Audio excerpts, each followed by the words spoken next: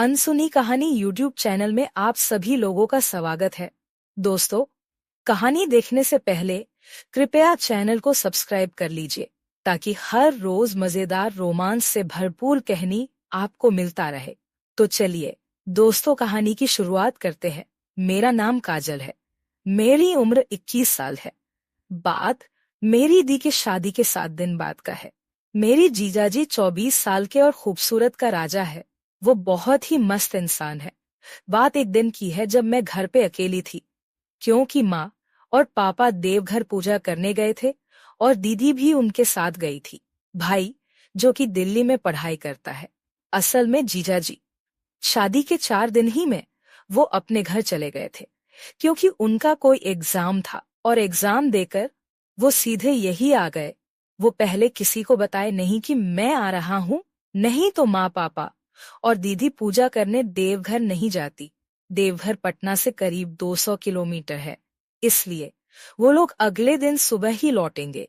जीजा जी शाम को 5 बजे आ गए। मैंने उनके लिए खाना बनाया और दोनों मिलकर खाना खाए। फिर हंसी मजाक का दौर चल पड़ा। मेरी गाल को छू देते मुझे बुरा नहीं लग रहा था, क्योंकि वो बड्डे ही सुंदर और गठीला बदन है। उनका आज मौका था किसी के साथ रहने का। मैं भी सोच ली कि चलो, अभी तो मेरी शादी होने में टाइम है, पर उसका मजा लिया जाए। मैंने भी उनके सामने कुछ ऐसी हरकतें की, तब वो पूरी तरह से खुल गए और बात मेरी शरीर दबाने तक की आ गई। मैंने भी सोचा कि आज आनंद का मजा लिया जाए। जीजा जी के लिए हमने खाना बनाया। हम दोनों मिलकर खाना खाया, फिर आपस में बातें करने लगा।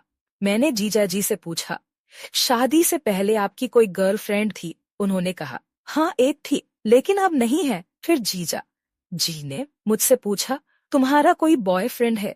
तो मैंने कहा, मेरा कोई नहीं है, मैं अकेले हूँ, लेकिन कोई बनता ही नहीं। तभी मैं रोने लगी। जीजा जी मेरे आंसुओं को पोंछते हुए बोला, क्यों रो रही हो? तो मैंने कहा, मेरा भी मन होता है कि मैं भी जिंदगी का आनंद लूं, लेकिन कैसे लूं? तभी जीजा जी ने कहा, कोई बात नहीं, कोई नहीं है तो क्या हुआ, मैं हूं न। फिर मैं शांत हो गई। कुछ देर बाद मैं कमरे में सोने चली गई। थोड़ी देर बाद जीजा जी सोने या गए और मुझे इशारे इशारे में सब कुछ बता दिया, जिसके लिए मैं तड़पती थी। फिर मैंने जीजा जी से कहा, मुझे नींद नहीं आ रही है, चलिए कोई गेम खेलते हैं। तभी जीजा जी ने कहा, सांप और सीढ़ी का खेल खेलते हैं। हम दोनों गेम खेलना शुरू कर दिया। गेम खेलते खेलते बहुत रात हो चुकी थी। गर्मी का मौसम था। मैं गया है और मुझे नींद भी आ रही है। तभी जीजा जी ने मुझसे पूछा, गेम खेलकर संतुष्टि मिली? मैंने कहा, आज तक मैंने ऐसा गेम कभी नहीं खेली थी, मुझे बहुत मजा आया। फिर मैं सो गई।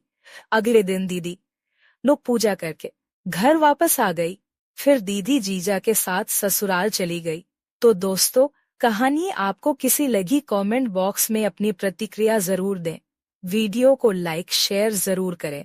मिलते एक और नई कहानी के साथ, तब तक अपना ख्याल रखें।